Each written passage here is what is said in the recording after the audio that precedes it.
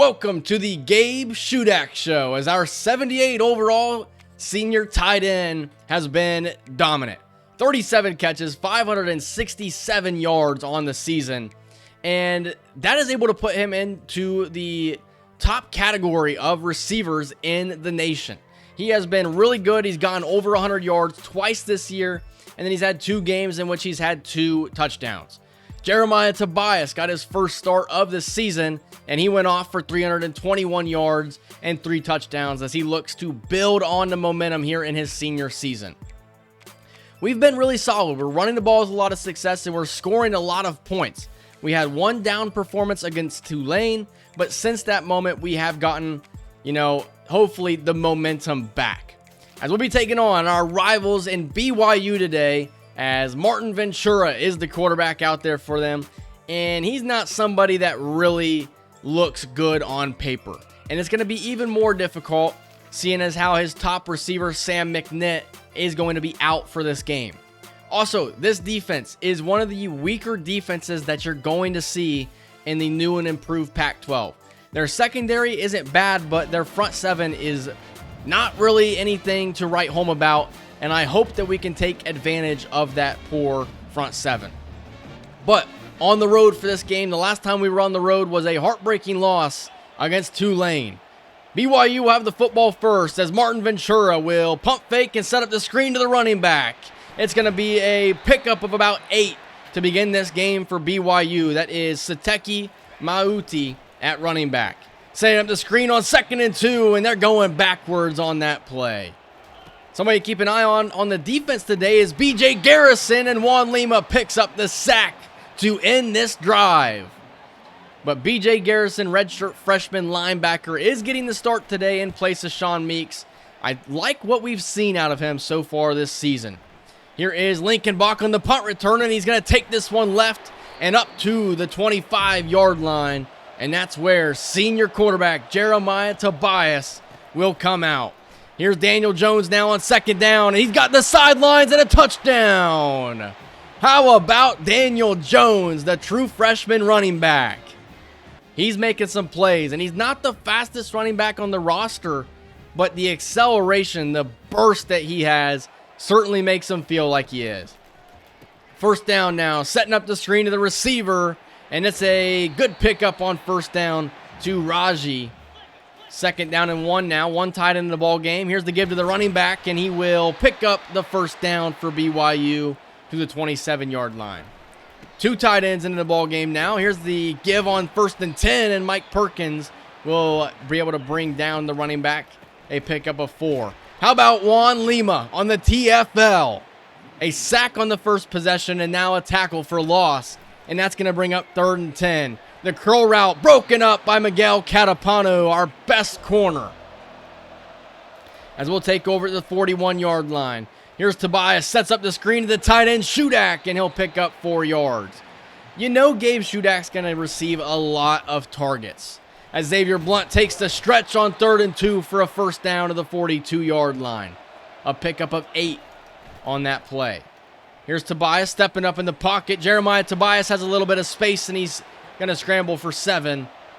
2nd down upcoming. Here's the bubble screen now. Gabe Shudak will pick up the 1st down. I like to put Gabe Shudak in the slot and, change up his versatility a little bit here and there. And that's going to bring up a 3rd down and 6 at the 24. Here's Tobias, steps up, throws, and it's broken up. Intended for Tyquan Garrett. And he's also shaken up on the play. He struggled with some drops early in this season, as we'll take a 10-0 lead here on the road. I'd like to say we're feeling good right now, but we have struggled even after we've gotten off to good starts. As here's this run on 1st down, it's a pickup of 9 for Sateki Mauti.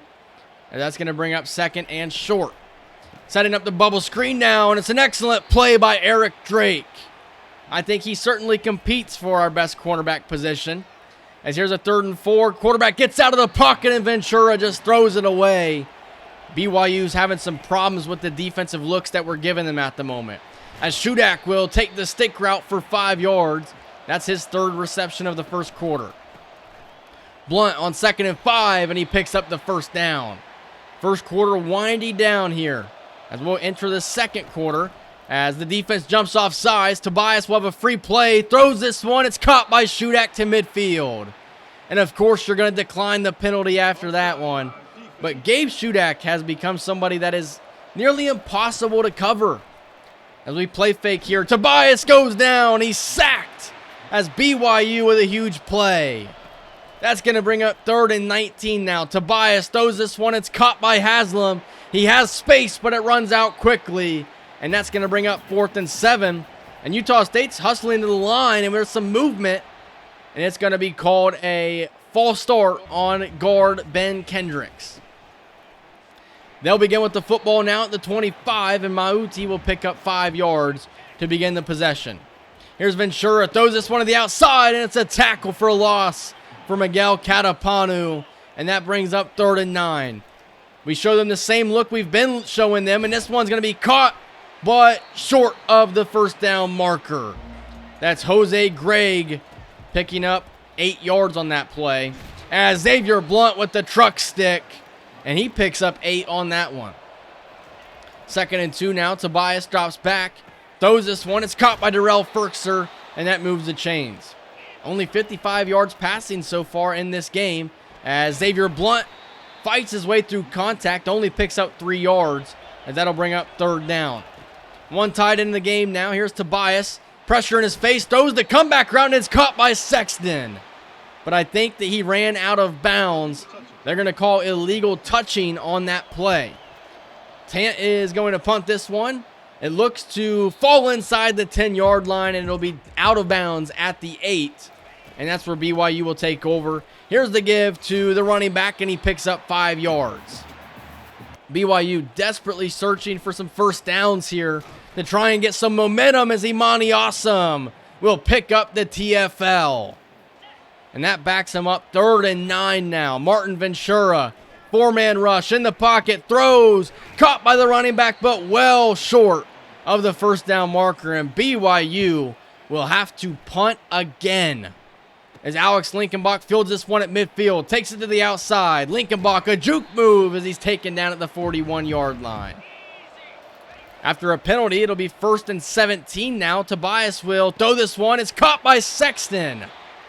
A pickup of 20, and I think the rain is affecting the accuracy of Jeremiah Tobias right now. Fortunately, Tyler Sexton was able to come down with it. Here's Tobias now getting out of the pocket. He's going to throw this one. It's caught by Daniel Jones for a first down. 2nd and 10 now. Tobias sets up the screen, and it's incomplete. Lehman couldn't fight through the traffic there, and that brings up 3rd down. Here's Tobias, 4-man rush, throws to the end zone, and it's caught by C.J. Whiting. His first career touchdown. And Utah State takes a 17-0 lead here on their rivals BYU. That's an excellent pass right there, and an excellent catch and toe drag by C.J. Whiting. 2nd down and 2 now for BYU, as Ventura's time runs out, and he's going down for a sack. 3rd down now for Ventura. In the pocket, throws this one, it's caught, and finally BYU has a first down. That's their first down since early in the first quarter. Looking for something now, as here's another completion and a yard shy of the first down marker. Would later bring up 3rd and 1, and it's off the head of the offensive lineman. And that's going to bring up a punt as Utah State takes over with 30 seconds to go, as Daniel Jones will take this one for 8 yards. I formation now, as we're going to give this one to Jones, and he's got a first down. And Utah State will take their 2nd timeout, as Mr. Beast is a cheerleader for BYU. Here is Tobias on the quarterback keeper, and he loses the football. And BYU will take over with 2 timeouts, 20 seconds at the 43-yard line, with an opportunity to put points on the board. I like the play call right there, but, you know, hindsight's 2020. Probably should have opted to throw instead of run with the wet conditions. Probably wasn't a smart play. As here's a field goal to end the first half, and BYU is on the board and maybe carrying a little bit of momentum heading into the second half. The offense started out really good. but it has gone a little bit cold. I think that the rainy conditions are certainly affecting the accuracy of Jeremiah Tobias, and we're not really staying consistent with the running game. As Daniel Jones will return this one, and Daniel Jones has space. The true freshman kick returner, two-man to beat. Daniel Jones inside the 10, and he's going to score. A kickoff return to begin the second half, and Utah State puts up 24 points. As that's an excellent play, and you got to wonder, why is BYU's defense or their return team not diving at the ankles of them? 24-3 we lead, as that's a good run for Mauti. And that's going to bring up 2nd and 8, man in motion at the 30-yard line. They throw it to him, and he's going to pick up good yardage, and he's going to pick up 7 yards. This play would be reviewed. After further review, they would rule that he stepped out of bounds behind the line of scrimmage, and it would bring up 3rd and 9. And this one's intercepted by Eric Drake. Back-to-back weeks that he's had an interception, and this defense continues to force turnovers, and they continue to intercept passes, to be more specific. Probably one of the better secondaries in college football with the way that they've been playing. As on 2nd and 11, this one's dumped underneath to Devontae Haslam, and he's going to pick up a 1st down.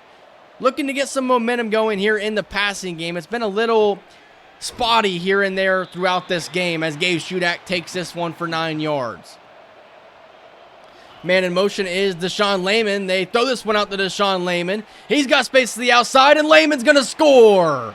He put his head down searching for contact, and the BYU defensive back wanted nothing to do with it as Utah State extends their lead. 31-3 is the score on the road as we search for our 5th victory of the season. BYU with the football now at the 11 as Mauti is taken down for a loss, and he's actually shaken up on that play as BYU continues to take a beating. This one is caught underneath in front of the face of Miguel Catapanu as BYU's drive will stay alive.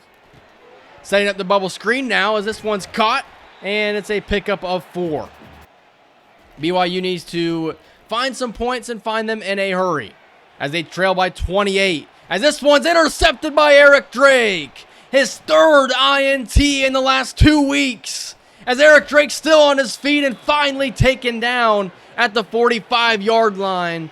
Andres Sosa shaken up on the play. But Utah State is dominating this game. Here's Tobias getting out of the pocket now. He's going to throw this one to Gainwell, who picks up a 1st down. We're not seeing the passing yards by Tobias today, but we are seeing a pretty effective performance. As Daniel Jones will take the pitch to the outside and pick up maybe a yard, as that'll bring up 3rd down. Here is Jeremiah Tobias stepping up in the pocket. Floats this one, and it is incomplete, intended for the star tight end. That one right there probably should have been a bullet pass. Setting up the bubble screen, and Miguel Catapanu with another tackle for loss, his 2nd of the game. 3rd and 11 now for Ventura. Throws it underneath, and it's a 1st down for the Cougars offense. As Christian Stuckey's getting some playing time out there at linebacker in this game. 2nd and 5. This one, another TFL for Miguel Catapano. His 3rd of the game. 3rd and 8. Ventura throws, and it's caught in front of Catapano again. To the 30-yard line goes BYU. 3rd and 10 now. As the 3rd quarter winds down, and it's caught, but shy of the 1st down marker. As that'll take us to the 4th quarter. And the Utah State defense has made some substitutions as this one's caught inside the 5 and a touchdown for BYU. Raji with the touchdown as the CPU decided to make auto subs in this situation, so we've put in our backup defense. This game is not over. A 21-point ball game, and you're making substitutions at the beginning of the 4th quarter. Thankfully, Tyquan Garrett is able to recover the onside kick, and he's going to go out of bounds at the 44-yard line. Here's the give to Daniel Jones to the outside, and Jones will pick up maybe a yard. That's going to bring up 3rd and long. From the 43-yard line, this one's thrown. Shudak, a couple of yards shy of the 1st down marker as Denton Pack shaken up on the play. Fourth and three for Utah State. This one's thrown to Shudak, and he can't come down with it. And BYU will get the ball back.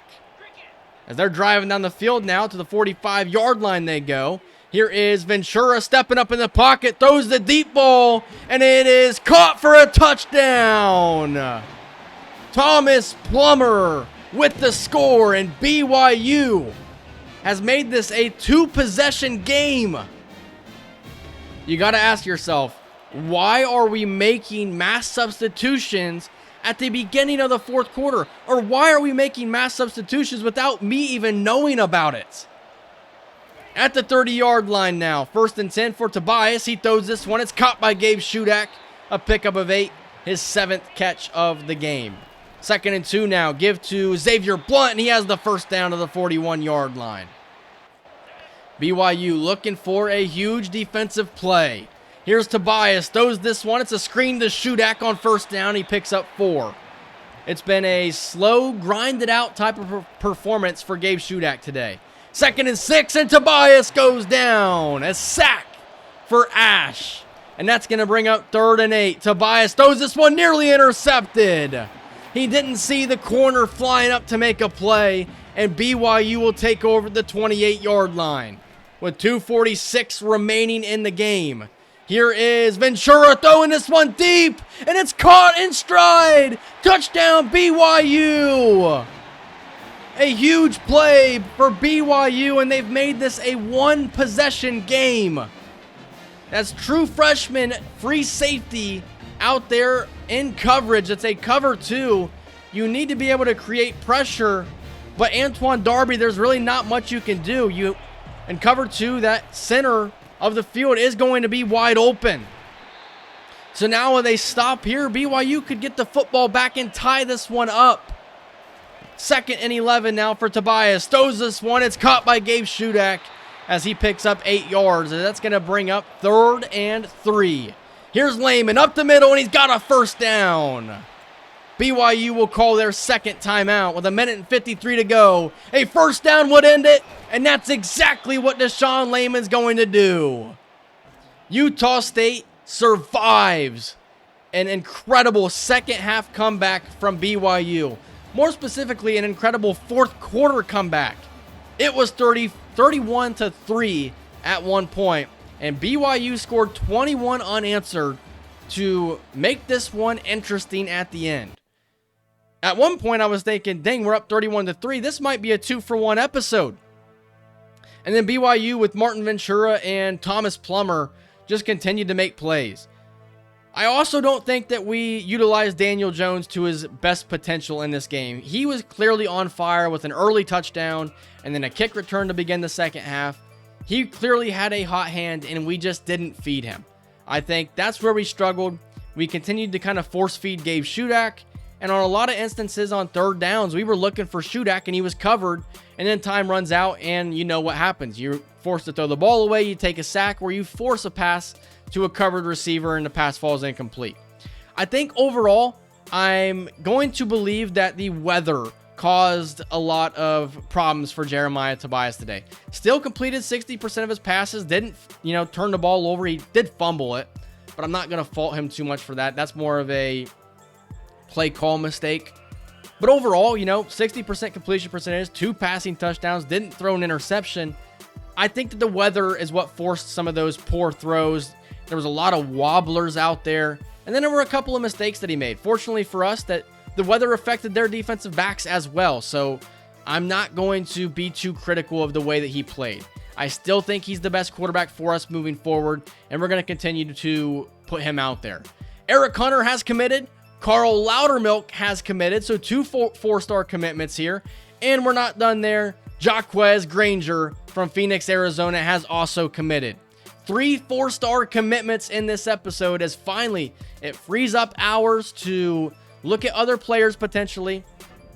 And it also gets that monkey off your back of, hey, we've brought in our first commits of the year.